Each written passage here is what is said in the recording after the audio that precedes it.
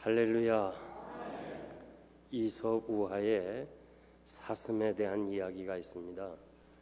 목이 마른 사슴이 물가로 와서 물을 마시면서 물에 비추어진 자신의 가느다란 다리, 그 연약한 다리를 보면서 난 왜 이렇게 다리가 약한가 불만을 하는 동시에 또 머리의 뿔을 보면서 난 너무도 자랑스럽다, 난 너무 잘생겼다, 정말 이렇게 아름다운 뿔을 가지고 있다, 이것이 내 힘이다, 이렇게 스스로 자랑을 했습니다. 이때 사자가 쫓아오니까 이 사슴은 막 평지를 달리는데 그 평지에서 사슴은 이 사자를 이렇게 거리를 두고 달려갈 수 있었습니다. 그런데 그만 숲속에 들어가면서 그 자랑하던 뿔이 숲의 가지에 걸려가지고 사자에 잡히게 되어서 죽어가면서 이렇게 말을 했습니다. 아, 내가 왜 지금까지 불만스럽게 생각한 내 다리는 내 목숨을 구해 주었지만 지금까지 자랑스럽게 생각하고 교만하게 생각했던 나의 뿔이 죽음을 가져다 줄 줄은 진정 몰랐다면서 후회했다는 이야기입니다. 우리가 지나온 세월을 뒤돌아보면 내 약한 거, 내 부족한 거, 내 허물 가지고는 남에게 상처 주는 일이 거의 없습니다. 그런데 자랑하는 거, 좋아하는 거, 이것이 결국 자신을 실패하고 남을 아프게 하는 일들을 우리가 종종 경험하게 됩니다. 악한 원수 마귀가 우는 사자처럼 삼키려고 찾고 쫓아오는 이때 우리의 헛된 자랑, 교만은 언제나 실패하고 자신을 아프게 할 때가 많이 있습니다. 우리가 한 해를 보내면서 이때쯤 되면 누구나 한 번은 후회를 하게 됩니다. 나는 이 주어진 시간을 다 어디다가 소비했는가? 내가 하나님 앞에서 정말 부끄러운 것이 많구나 후회할 때가 있는데 이것이 성도의 고통입니다. 지나간 일들은 어쩔 수 없는 것입니다. 아무리 후회해도 지나간 일들을 되돌릴 수는 없는 것입니다. 부부 사이, 또 자녀와의 관계, 교우들과의 관계, 그리고 사업하면서 인간적인 관계, 이런 것들에 있어서 여러 가지 불편한 점들이 있었는데 여러 가지 이유가 있겠지만은 한 가지로 요약한다면 사슴뿔처럼 나의 교만 때문에 그렇게 된 것을 우리는 잘 알 수 있습니다. 쓸데없는 자아, 자기 중심, 자기 자랑, 자기 집착, 이런 것들이 결국 우리를 어렵게 만들고 남들에게 상처를 줄 때가 많이 있습니다. 우리가 잘 아는 워털루 전쟁에서 이 승리한 웰링턴 장군은 승전한 기념 파티를 열면서 그 전쟁에 공을 세운 이런 장군들을 다 초청하고 파티를 열면서 이 웰링턴은 보석이 총총 담긴 지갑을 자랑하고 싶었습니다. 그래서 이 자기가 그 지갑을 자랑하려고 주머니를 뒤져보니까 그 주머니에 있는 지갑이 없어졌어요. 그자 순간에 그 참 훌륭한 장군이 웰링턴이 하객들에게 소리쳤습니다. 내 지갑을 가진 사람을 잡아야 되겠다. 그러면서 문을 닫으라고 그랬습니다. 그 나가지 못하게 문을 닫으라. 그러니까 거기 모여있던 축하객들이 우리 모두 다 호주머니를 조사하자. 호주머니 누군가가 가졌을 테니까 호주머니를 조사하자. 그럴 때 노 장군 한 사람이 나는 지갑을 조사하는 걸 반대한다. 그러면서 문을 박차고 나가버렸어요. 그래서 거기 있는 사람들이 다 의심을 했어요. 저 노 장군이 지갑을 가졌구나, 탐나서. 그러면서 나가는 그 뒷모습을 보면서 한마디씩 다 했습니다. 파티가 끝나고 외투를 입으면서 웰링턴 장군은 자기 주머니에 그 지갑이 있는 것을 발견하게 됐습니다. 그리고는 미안해가지고 괜히 순진한 노 장군을 역전의 용사를 의심했던 그 잘못을 자기가 사과하러 갔습니다.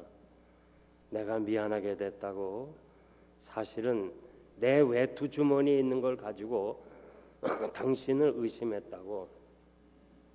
그러면서 용서를 구하고 그 다음에 물었습니다. 왜 장군이 그냥 박차고 나갔느냐? 주머니 조사하자 할 때 내 아내와 내 자식들이 먹을 것이 없어서 이 파티에 풍성한 빵 몇 조각을 내 외투 주머니에 넣었기 때문에 그것이 부끄러워서 나갔다는 거예요. 이 얘기를 들으면서 웰링턴 장군이 자기가 눈물로 용서를 다시 구했어요. 그러면서 이 부하가 이렇게 어렵게 사는데 그걸 모르고 내 자랑만 했던 거, 그것을 아파하면서 웰링턴은 다시는 사람들 앞에서 자기 자랑을 하지 않았다는 그런 이야기가 있습니다. 우리가 후회한 것들, 남의 마음을 아프게 한 것들, 지혜가 부족한 것도 아니고 용기가 부족한 것도 아니고 실력이 없어서도 아니에요. 내 자신이 후회하고 남들에게 상처를 준 것은 겸손하지 못하기 때문에 그렇습니다. 평생에 가장 어려운 것이 무엇입니까? 일평생 노력하고 또 노력해도 얻을 수 없는 덕목이 겸손이에요. 겸손은 우리 스스로가 할 수가 없어요. 스스로 하려고 하면은 자칫 잘못하면은 오히려 그것이 교만으로 빠질 때가 많이 있어요. 그래서 겸손은 하나님의 은혜로 되는 것입니다. 바울 사도는 이렇게 고백합니다. 내가 교만하지 못하게 하기 위해서 내 육체에 하나님은 가시를 주었습니다. 그는 빌립보 3장에 보니까 교만한 조건에 대해서 말씀합니다. 8일 만에 할례를 받고 베냐민 지파요 바리새인 중에 바리새인이요 열심으로는 교회를 핍박하고 율법의 의로는 아무런 흠이 없는 사람이라고 그랬습니다. 내버려두면 교만할 수밖에 없는 사람입니다. 그래서 하나님이 나를 교만하지 못하게 하시기 위해서 일평생 육체에 가시를 주었다고 그랬습니다. 하나님이 얼마든지 고칠 수 있어요. 우리가 잘 아는 대로 독사에 물려서 죽을 수밖에 없는 자리에서도 하나님은 고쳐주셨지만은, 그러나 바울의 그 육체의 가시는 고쳐주지를 않았습니다. 왜냐하면 겸손하게 하기 위해서요. 일평생 하나님 의지하고 살기 위해서 그렇게 하신 것이에요. 대신 누가를 세워주시고 끝까지 마지막까지 의사인 누가가 바울 곁을 지키게 해주었습니다. 그래서 사도 바울은 내 약한 것이 하나님의 은혜라고 그렇게 말씀했습니다. 우리가 너무 세상적인 것, 잘난 것, 그것만이 은혜라고 생각하면 되지 않습니다. 내 약한 것도 그것 때문에 하나님 의지한다면, 그것 때문에 겸손해진다면, 그것 때문에 남에게 참으로 참 도움을 줄 수 있다면 그것이 은혜인 줄 믿습니다. 사도 바울의 삶을 보면 분명히 예수 믿기 전과 예수 믿고 난 후에 차이점이 있습니다. 변화가 있습니다. 변화는 버리는 것이 있어야 돼요. 고린도전서 13장 11절 보니까 내가 어렸을 때에는 말하는 것이 어린아이 같고 깨닫는 것이 어린아이 같고 생각하는 것이 어린아이 같다가 장성한 사람이 되어서는 어린아이 일을 버렸노라고 그랬습니다. 말하는 것이나 생각하는 것이나 깨닫는 것이 어린아이 같이 하면 안 됩니다. 여러분의 신앙의 성장이 있어야 돼요. 신앙의 연륜은 쌓아지면서 세월은 가는데 아직도 우리가 생각하는 것이나 말하는 것이나 깨닫는 것이 어린아이 같으면 안 된다는 거예요. 요즘 아이들은 성장을 참 잘합니다. 옛날에는 제가 제일 컸어요. 그래서 우리 주일 학생들 보고 다 내려다보고 야, 잘 있었냐 이렇게 머리도 쓰다듬어줬는데 어느 세월에 우리 중고등학생 보니까 나보다 더 커요. 내가 올려봐야 돼요. 야, 그렇게 빨리 성장할 수가 없어. 그냥 눈 깜짝할 사이에 성장했어요. 요즘 젊은이들은요 얼마나 큰지 몰라요. 나도 청년 시절엔 그런 큰 편에 속했는데 지금은 말이야 다 올려다 봐야 돼요. 이렇게 아주 키는 외적인 성장은 있었지만은 성숙은 약해져요. 성숙은 내면적으로 인격이 성장하는 걸 성숙이라고 하는데 반비례하고 있어요. 지금 성장은 막 하는데 아이들이 이 성숙은 더 작아지고 있습니다. 요즘 군인들 가운데 5%가 불안해가지고 이 정신질환을 앓고 있어서 치료를 받고 있다는 거예요. 그리고 이 군인들이 불안해서 자꾸 엄마를 찾기 때문에 할 수 없이 부대에서 어머니를 초청해서 하룻밤 어머니하고 같이 지내는 특별 휴가 이런 방법이 생겼다는 거예요. 이건 도저히 우리가 옛날로 생각하면 상상할 수도 없는 일이에요. 부모나 혹은 누군가가 이렇게 말 한마디로 충격을 받고 그냥 정신이 이상해지고 약해지는 일들이 너무 많아요. 너무 약해져 있어요. 어른도 마찬가지예요. 말 한마디에 상처받고 그냥 교회를 떠나는, 그래서 목사가 제대로 말도 못하는 시대가 됐어요. 여기 나이 드신 분 알지만은 옛날에 목사님들 얼마나 강하게 책망했어요. 목사님들이 옛날처럼 강하게 책망하면 아마 남아있을 사람 없을 거예요. 어린아이 같은 자기중심, 자기밖에 모르는 거예요. 자기 집착, 내가 하는 일만 제일 잘하는 것이고 남이 하는 것은 다 잘못된 거, 이런 것들은 하나님 앞에서 버려야 됩니다. 이 디도서는 특징이 뭐냐면 버리는 것과 취하는 거예요. 그래서 이 마지막 기도의 시간에 시간 관계상 우리가 버리고 가자, 버릴 것에 대해서 말씀드리고 다음 기회에 새해 들어서 다시 본문을 가지고 취할 것에 대해서 말씀드리려고 합니다. 첫째로 왜 버려야 되느냐? 두 가지인데 하나님의 은혜가 우리를 양육하기 때문에 버리라는 거예요. 구원을 주시는 하나님의 은혜가 나타나 양육하시기 때문에 그렇습니다. 의로운 사람, 경건한 사람이 되게 하시도록 하나님이 우리를 양육하시는 겁니다.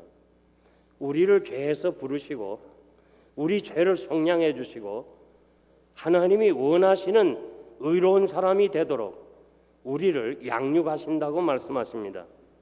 신앙과 행위는 분리할 수가 없는 것입니다. 참 신앙에는 의로운 행위가 뒤따라야 하는 것입니다. 은혜 받고 예수 그리스도를 영접한 사람들은 태도가 변해야 되는 것입니다. 은혜는 받았다 하면서, 구원은 받았다 하면서도 아직도 우리의 모습이 하나님 보시기에나 사람 볼 때 아름답지 못한다면 비은혜 안에 사는 것이고 하나님의 양육을 아직 받지 못한 상태입니다. 구원받은 성도는 여러 가지 면에서 삶의 변화가 있어야 됩니다. 변화가 무엇입니까? 구별입니다. 성령이 내주하시는 성도들에게 자연스럽게 일어나는 그 삶의 변화를 신학적인 용어로 성화라고 그렇게 부릅니다. 양육하신다는 거, 하나님께서 원하시는 분량에까지 우리를 자라가게 하시고 우리 안에서 행하시는 모든 일들이 하나님이 원하시는 만큼 성장하게 하시는 것이 바로 하나님이 하시는 일입니다. 에베소서 4장 13절 14절 보면 우리가 하나님의 아들을 믿는 것과 아는 일에 하나가 돼서 온전한 삶을 이루어 그리스도께서 원하시는 분량에까지 자라가라고 이렇게 말씀하십니다. 어린아이같이 유혹에 빠지거나 모든 교훈의 풍조에 밀려 요동하면 안 된다고 그랬습니다. 오직 사랑 안에서 참된 것을 행하여 범사에 그리스도의 원하는까지 자라가라. 이것을 우리는 성화라고 그럽니다. 에베소서 4장 25절 보니까 그런즉 거짓을 버리라. 이웃에게 참된 것을 말하라. 분내지 말라. 분을 내어도 죄를 짓지 말아라. 해가 지도록 분을 품지 말라. 도적질하지 말라. 더러운 말은 입 밖에도 내지 말라. 듣는 자에게 은혜를 끼치게 하라. 하나님의 성령을 근심하게 하지 말라. 이 버리라는 말씀이 많이 있어요. 버리는 게 뭐예요? 바로 하나님의 양육입니다. 하나님의 은혜입니다. 이것이 바로 성화의 길을 가는 것입니다. 구원받았다고 다 된 거 아니에요. 우리는 마치 어린아이처럼 태어나는 거예요. 계속해서 하나님의 은혜 안에서 여러분들이 성장해 나가야 되는데 그 성장의 비결이 뭡니까? 하나님이 원하지 않는 거 버리는 거예요. 우리가 하나씩 버리면서 얻어지는 것이 바로 은혜예요. 그러므로 이 해가 지나기 전에 여러분 곰곰이 생각해보고 뭔가 내가 버릴 것이 있으면은 과감하게 버려야 돼요. 그것 때문에 신앙에 방해가 된다면 그거 버려야 돼요. 그것 때문에 가정에 문제가 있고 내 인간관계에 문제가 있다면 그것을 버릴 수 있어야 됩니다. 우리가 이 한 해 마지막 보내면서 정말 우리 자신이 하나님이 우리를 양육하시는데 그것이 나로 하여금 신앙에 방해가 되거나 그것이 사람들에게 은혜가 되지 않을 때는 과감하게 버리는 이런 은혜가 여러분에 있기를 바랍니다. 두 번째는 복스러운 소망이 현재의 모든 욕심을 버리게 된다고 그랬습니다. 우리가 세상에서 가지는 소망과 구분하기 위해서 복스러운 소망이라고 그랬습니다. 복스러운 소망은 골로새서 1장 5절 보니까 하늘에 쌓아둔 소망이라고 그랬어요. 금년에도 우리는 한 해를 이렇게 시간도 보내고 또 여러 가지 다 많은 것을 소비했습니다. 그런데 믿지 않는 사람은 다 잃어버린 것이지만은 우리는 하나님 나라에 다 쌓이는 거예요. 생명책에 다 기록한 거고 언젠가 생명책을 펴실 때 여러분의 행위와 여러분의 섬김과 여러분이 교회에 오기 위해서 이렇게 많은 시간을 보내고 또 찬양을 하기 위해서 시간을 낸 거 이런 것들이 다 없어지는 것이 아니고 하나님 앞에 쌓여진다는 것을 믿으시기를 바랍니다. 복스러운 소망은 주의 재림을 기다리는 것입니다. 사도행전 1장 11절 말씀 보면 주님이 이 보는 사람 앞에서 구름 타고 승천하실 때 제자들이 자세히 쳐다봅니다. 흰옷 입은 두 사람이 저희 곁에 서서 주님 곁에 서서 갈릴리 사람들아 어찌해서 서서 하늘을 쳐다보느냐. 이 너희 가운데 하늘로 올리우신 이 예수는 하늘로 가심을 본 그대로 다시 오시리라. 이 말씀 천사들의 증언을 여러분들이 다시 이 마지막 시간을 보내면서 마음에 확신을 하시기 바랍니다. 이 12월 마지막 수요일 기도회일이 있었던 것처럼 나의 인생의 마지막 하나님 앞에 기도해야 될 날이 올 것이고 이 지구촌의 마지막을 고하는 영광스럽게 주님이 다시 오실 날이 있을 것입니다. 사도 베드로는 베드로후서 3장 11절 12절 보니까 이 마지막 때를 얘기하면서 너희가 이런 때 어떤 사람이 되어야 마땅하느냐, 거룩한 행실과 경건함으로 하나님의 날이 임하기를 바라보고 간절히 사모하라. 주님이 오시는 그날에는 모든 재질이 불에 녹아지는 것과 같다고 그렇게 말씀하십니다. 여러분들이 쌍둥이 빌딩이 그 녹아내리는 걸 봤을 겁니다. 전 지금도 아직까지 궁금한 거예요. 이 빈 라덴이 혐의 사실로 공개된 그 테이프에서 그가 이렇게 말했어요. 이 기름의 열기 때문에, 비행기에 그 가지고 있는 기름의 열기 때문에 3층 정도는 태울 것이다. 이런 테이프에 기록된 내용이 있었는데, 빈 라덴도 그 비행기 하나에 실은 기름이 그 높은 빌딩을 다 녹아내리게 할 줄은 몰랐던 거예요. 그도 고작 해야 3층 정도를 불태울 거라고 그랬는데 그 높은 빌딩이 다 녹아내렸어요. 여러분, 아이비 말잖아요. 그 무쇠, 그 두꺼운 그 쇠가 어떻게 그렇게 비행기 한 대로 그걸 다 폭파할 수 있냐 그 말.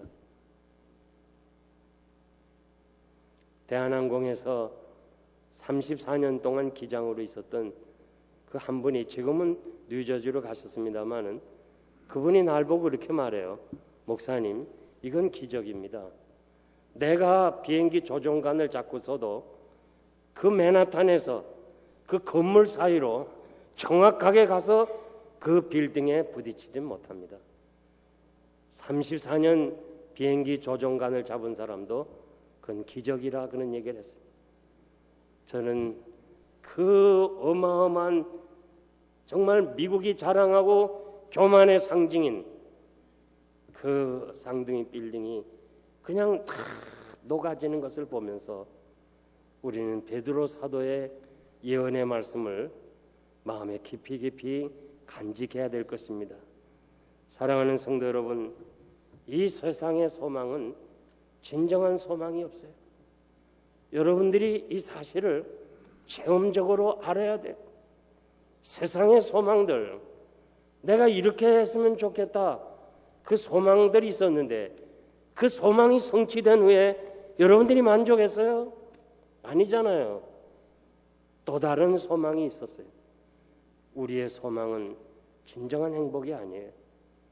우리의 진정한 소망은 주님이 다시 오시는 그날, 영광스럽게 오시는 그날, 주와 함께 들림받는 것, 이것이 여러분들에게 복된 소망이 되기를 바랍니다. 이 소망이 강해지면 강해질수록 우리가 이 세상적인, 육신적인, 이 쾌락적인 이런 것들을 버릴 수 있는 힘이 된다는 거예요. 골로새서 3장 1절 이하에 보니까 너희가 그리스도와 살리심을 받았으면 위의 것을 찾으라. 위의 것을 생각하고 땅의 것을 생각하지 말라고 그랬어요. 여러분들이 진정 예수 그리스도와 함께 나의 모든 것이 다 죽었습니까? 십자가에 다 죽었습니까? 그렇다면 이 세상 것 찾지 말고 위의 것 생각하고 위의 것을 바라보라고 그랬어요. 여기 찾으라는 말은 현재 명령형으로서 계속해서 찾으라고 말. 어제도 찾았고 오늘도 찾았고 내일도 찾고 내가 세상 끝날까지 우리는 이 일을 찾아야 돼. 이 찾는 데 있어서 어떻게 찾느냐? NIV 성경에 보니까 심장을 가지고 찾으라. 리빙 바이블에 보니까 아예 우리 눈을 고정시키고 찾으라 그랬어. 그냥 건성으로 찾는 게 아니라 우리의 마음을 다해서 주님이 영광스럽게 오시는 그 복된 소망, 그 소망을 간절한 마음으로, 그리고 우리의 눈을 그 소망, 재림에 대해서 고정시켜 놓고 날마다 주님을 찾아간다면 우리의 세상의 헛된 자랑, 인간적인 쾌락, 이것들을 우리가 하나씩 버리고 갈 줄 믿습니다. 위의 것을 얻을 때 나는 진정으로 땅의 것도 얻는다고 생각합니다. 우리가 이 세상의 것에 너무 집착하다 보면 영적 싸움에서 패할 때가 너무 많이 있습니다. 알렉산더 대왕 여러분 잘 알잖아요. 이분이 페르시아 정복을 위해 이렇게 직접 전쟁에 나가는데 군인들이 가만 보니까 행군하는데 힘이 없어요.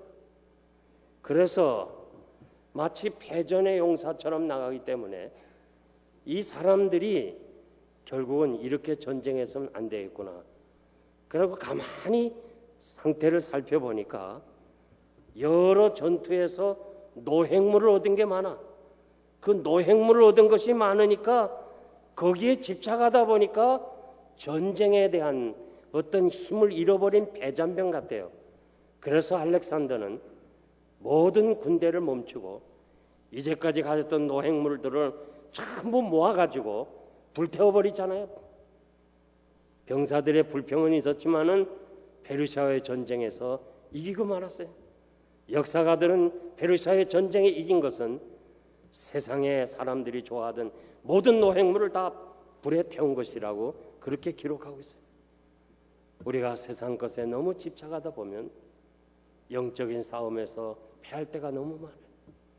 이 세상의 물질이라든지 명예라든지 쾌락 여기에 힘쓴다면 우리는 우는 사자처럼 산길자를 찾는 이 사탄의 세력에 대항할 수가 없는 것입니다.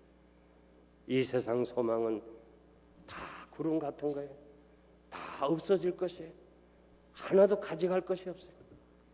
여러분들에겐 정말 복된 소망, 다시 오실 주님, 영광스럽게 오실 주님, 그 주님을 여러분들이 가장 복된 소망으로 확신한다면 그것이 우리로 하여금 세상적인 욕심과 정욕을 하나씩 하나씩 버리고 갈 수 있다고 저는 믿습니다. 두 번째는 무엇을 버려야 되느냐? 두 가지 말씀하는데 경건치 않는 것과 이 세상 정욕이라고 그랬습니다. 성도가 성화의 삶을 위하여 버려야 될 것이 있는데 경건치 않은 것이라고 그랬습니다. 경건이 무엇입니까? 사도행전 10장 2절 보니까 고넬료에 대해서 그가 경건하여 하나님을 경외하며 백성을 많이 구제하고 항상 하나님께 기도했다고 그랬습니다. 요한복음 9장 31절 보니까 하나님의 뜻대로 행하는 자가 경건하다고 그랬습니다. 야고보서 1장 27절 말씀 보면 하나님 아버지 앞에서 정결하고 더러움이 없는 경건은 고아나 과부를 환난 중에서 보호해 주는 거라고 그랬습니다. 디모데전서 6장 11절 보면 오직 너 하나님의 사람아 의와 경건과 믿음과 사랑과 온유를 쫓으라. 하나님의 사람을 향해서 경건하다고 그랬어요. 사도행전 8장 2절 보니까 스데반을 장사하여 가슴 아파 우는 사람들을 향해서 경건한 사람이라고 그랬어요. 누가복음 2장 25절 보니까 예루살렘에 시몬이라는 사람이 있으니 이 사람이 의롭고 경건하여 이스라엘의 위로를 기다리는 자라. 주의 메시아를 기다리는 사람을 경건한 사람이라고 그랬습니다. 사도행전 13장 43절 보니까 유대교에서 개종한 성도들을 경건한 사람이라. 안디옥의 기부인들을 데살로니카에 있는 헬라인들을 경건하다 그렇게 성경에 말씀하십니다. 사랑하는 성도 여러분, 우리가 경건한 성도가 되기를 원한다고 하나님께서 말씀하시는데 경건치 않는 것들을 버려야 돼요.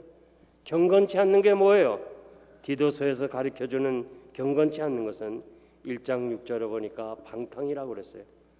방탕은 에베소 5장 18절 말씀 보면 술 취하지 말라. 이는 방탕한 것이라. 술에 취하는 것은 방탕하다고 그랬습니다. 이사야 선지자는 정말 양식이 아닌 것을 위해서 돈을 쓰는 것은 죄악이라고 그렇게 말씀해 주었습니다. 지금 한국은 음주 문화가 대단해. 여자들이 술을 얼마나 잘 마시는지 몰라. 정말 이 미국에 사는 사람들이 경건한 사람 많아요. 한국에서는 얼마나 술들을 잘 마시는지 몰라. 뭐 여러분들이 잘 알잖아요. 세계에서 지금 음주량이 제일 많은 나라가 한국이 됐어요. 그저 뭐 여러분들이 보면 알잖아요. 그저 기뻐도 술 마시고 또 슬퍼도 술 마시고 괴로워도 술 마시고 술 장사만 잘 돼요. 큰일 났어요. 그리고 술 마시는 것이 맛이 못 있게 생겨 그랬어요. 제가 한국에 가서 집회하면서 젊은 목사님하고 얘기하는 가운데 자신이 가끔 포도주를 마신다고 그래. 이 사람아, 성경에 보면 포도주를 보지도 말라고 그랬다. 보지도 말라고 그랬다. 그랬더니 한국의 뭐 큰 교회 목사님이 이렇게 비행기 타면서 그 1등석에서 나오는 그 요즘 뭐 이카노믹에서도 다 포도주 나오죠. 아마 여러분들 조금 그렇게 마실까 뭐 좀 갈등도 있었는지 모르지만 왜냐면 공짜니까. 요즘 대한항공 타면 일반석에도 막 나와요. 그거는 돈도 안 받고 원하는 대로 막 줘요. 하얀 것도 주고 빨간 것도 주고. 그래서 그 큰 교회 목사님이 좀 마셨다고 피곤해서 그 책에도 그렇게 써 있다고 그래서 내가 이 사람아, 목사가 당신 하나님이야? 하나님만 의지하고 살아. 사람 의지하지 마. 사람 보지 마. 하나님 앞에서 1대1 내가 서야지. 절대 다른 사람 보지 마. 요즘 한국교회 목사님들의 우상이 뭐예요? 큰 교회 목사님 따라가는 거예요. 우리는 예수님 따라가야 돼요. 절대 여러분 나 따라다니지 말아요. 우리는 주님 바라보고 살아야 돼요. 너무너무 정말 한심해요. 저는 우리 교인들 중에도 술 마신다는 사람 제가 얘기 들어요. 오늘 저녁에 혹시나 한 잔씩 하신 분들 계시면 금년에 가기 전에 그거 버려요. 그것이 하나님이 우리를 양육하는 거예요. 버리고 가야 돼요. 아무도 안 보니까 그냥 괜찮지. 하나님이 보십니다. 아멘 하는 사람은 복 받았어요. 우리 권사님이 좀 복 받겠네요. 그래서 우리가 이렇게 생활하다 보면 사업상 어쩔 수 없이 한 잔 이렇게 생각하지 말아요. 고집을 버리라고 그랬어요. 1장 7절에 보니까 고집이라는 말은 자신을 즐겁게 한다는 거예요. 내가 즐거우면 됐지 뭐, 내 마음이지 뭐, 이거 버려야 돼요. 성도는 자기 멋대로 사는 거 아니에요. 내 마음대로 사는 거 아니에요. 이제는 주님을 위해 살고 또 이웃을 위해 살고 성도를 위해 살아야 될 줄 믿습니다. 급히 분내는 거 버리라고 그랬어요. 부정한 이익 버리라고 그랬습니다. 주님 말씀하시기를 사람의 생명이 많은 소유물에 있지 않다고 그랬습니다. 거짓을 버리라고 그랬습니다. 예수를 섬기지 아니하는 사람, 그리스도를 부인하는 사람, 마음이 부패한 사람, 허탄한 이야기를 쫓는 사람은 다 거짓말하는 사람이라고 성경은 우리에게 말씀해 주고 있습니다. 우리 세상에 살면서 거짓말할 때가 많이 있어요. 그리고 회개하면 됐지. 그러면 안 돼요. 나 하나쯤이야 뭐 괜찮지. 그거 안 돼요. 다른 사람 다 어떻게 하든 나 혼자만이라도 하나님 앞에서 바르게 살아야 된다. 이런 신앙이 여러분의 있기를 바랍니다. 로마가 세계를 정복하면서 이 각 식민 지역마다 점령군이 들어가고서는 거기에 로마는 뭘 세우는 거 아니? 이 천부장들을 세워서 그 지역을 다스리게 합니다. 이 왕이 자신의 생일날 각 지역에 있는 이 포도주를 가져오라, 술들을 가져오라, 그 지역마다 있는 술들을 가져오라 해서 그 점령군 이 사령관인 천부장들이 전부 먼 데서 이 술을 가져와야 되는데 이 천부장 생각이 그 이 왕은 황제는 큰 독에다가 이 전부 들어온 술을 다 합쳐가지고 자기는 세계의 왕이다 이거를 생일잔치에 과시하려고 그랬어요.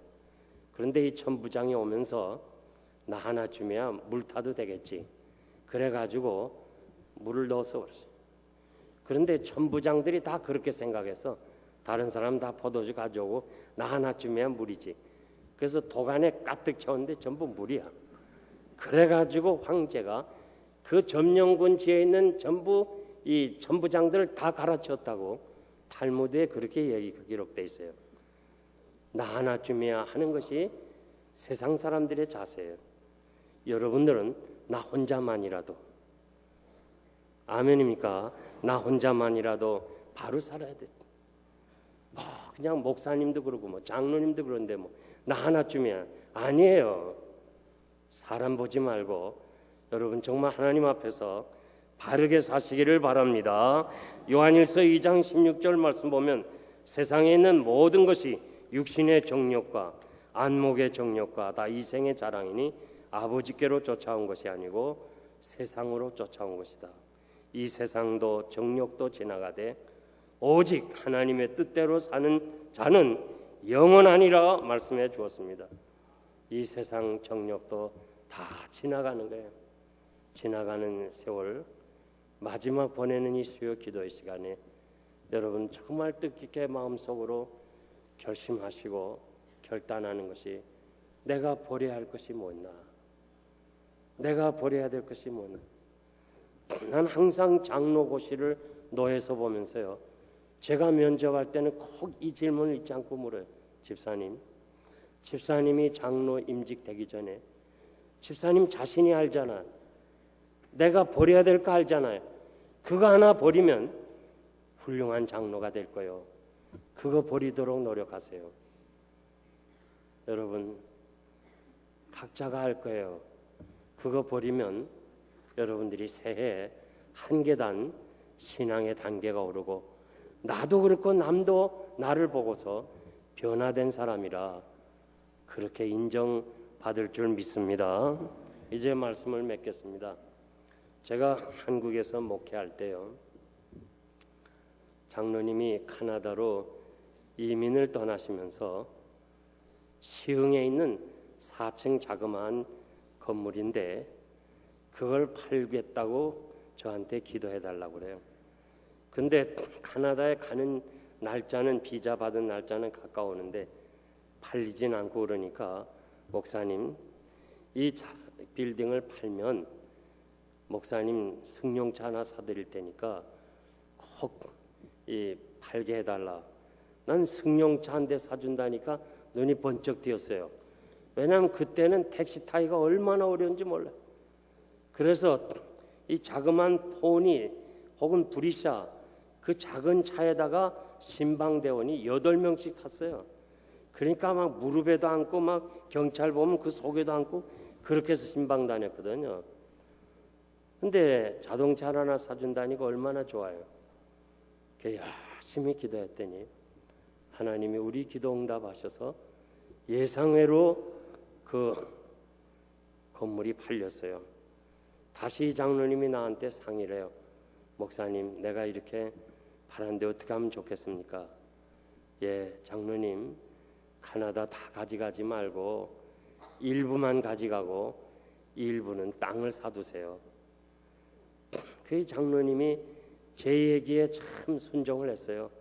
저는 그냥 다 가져가면 그 좋은 장로님이 다시 안 올까봐 근거지를 마련하기 위해서 땅을 사라 그래서 제 말 듣고 김포에 배밭을 사고 또 밭을 샀어요. 야산을 샀어요. 그것이 엄청나게 지금 올랐습니다. 올라도 이게 조금 오른 게 아니에요. 대단히 크게 올랐어요. 그러면서 저를 자동차를 하나 사주면서 목사님, 가끔 이 배밭 과수원에 좀 감독하러 좀 갔다 오시면 좋겠다고. 그래서 제가 가끔 갔는데 어느 날 가보니까 그 나무 가지를 다 잘라버렸어요. 걔네가 농사하는 사람 불러서 왜 가지를 이렇게 잘라버렸냐 그러니까 이걸 잘라줘야만 배가 크게 열 수 있다는 거예요. 아, 그렇구나. 제가 그때 그걸 알았어요. 여러분, 자르는 아픔이 있지만은 잘라야 신앙의 열매가 쓰는 거예요. 정말 여러분들이 내 몸에서 쳐서 나가는 이 자르는 아픔, 이 자른다는 말이 카도시, 거룩이란 말이에요. 어떻게 우리가 거룩하게 살겠어요? 좀 자를 건 자르야 돼요. 그래야 하나님이 원하시는 거룩한 사람이 될 수 있는 거예요. 지금은 겨울입니다. 그 나무 가지에 그렇게 많은 이파리들이 다 떨어졌어요. 그런데 개 중에는 아직도 떨어지지 않는 나무 이파리가, 죽은 나무 이파리 같은 것이 붙어있는 나무들이 있을 거예요. 우리 집에도 있어요, 그 나무가. 왜 그러냐? 나무가 영양분이 없어서 자기 힘으로 떨어뜨릴 수 없다는 거예요. 난 왜 우리 그 나무가 이렇게 그 이파리가 마르면서도 왜 떨어지지 않나 궁금했는데, 글을 읽으면서 그걸 알았어요. 나무가 거름이 없으면, 영양분이 없으면 힘이 없어서 그 죽은 나무 가지에 있는 그 죽은 나무 이파리가 떨어지지 않고 그냥 달려 있다는 거예요. 혹시 여러분 집에 있는 그런 나무가 있으면 빨리 영양분을 공급해야 돼요. 그래야 내년에 다시 꽃이 피고 열매 맺지. 안 그러면 추운 겨울을 지나면서 죽을 수 있고, 내년 봄에는 꽃이 혹은 이파리, 열매가 잘 맺지 않는다는 거예요. 아직도요, 보기 추한 그 나무 이파리는 다 떨어져야 되잖아요. 그 파란 것도 아니고 보기 싫은 그 죽은 나무 이파리가 달려있는 거, 그거 보기 싫잖아요. 그런데 나무가 힘이 없어서 그걸 떨어뜨리지 못한대요. 우리가 버리는 것도 힘이 없으면 못 버려요. 하나님이 은혜 주시지 않으면요, 절대 못 버려요. 그러므로 이 짧은 시간 이해가 가기 전에 하나님, 나로 하여금 깨닫게 하소서. 내가 잘라버릴 건 잘라버리고, 정말 힘을 주어서, 영적 힘을 주어서, 영역을 주어서 내가 이것을 잘라버리고 정말 하나님이 기뻐하시는, 하나님이 원하시는 사람으로 만들어주세요. 버리고 갈 수 있는. 그래서 전체 다 하나님이 보실 때 합당치 않는 것. 우리 주님이 여러분의 집을 한번 신방하실 때 주님 보시기에 합당치 않는 것, 그거 다 버려요. 혹시나 무슨 집에 양주병 있으면 버려요. 그거 놔둘 거 없어요. 그거 가지고 뭘 하나님의 사람들이 그거 하겠어요. 다 버려요. 세상 유행가 노래 다 버려요. 그래서 정말 새해는 좀 더 우리가 하나님께 가까이 가고 좀 더 하나님 앞에 바른 예배를 드리고, 그래서 저는 새해는 바른 예배를 드리자 하는 이 문제를 놓고 고민하고 있어요. 요즘 우리 예배가 너무너무 소홀해요. 정말 바른 예배를 드리지 않아요. 점진적으로 세속화되어 가요. 그런 때 나 혼자만이라도 정말 거룩하신 하나님 면전에서 하나님 앞에 바른 예배를 드리고 하나님이 기뻐하시는 온전한 하나님의 사람들이 되어서 언제 어느 때 주님이 오신다 할지라도 주님 맞이할 수 있는 여러분 되시기를 바랍니다.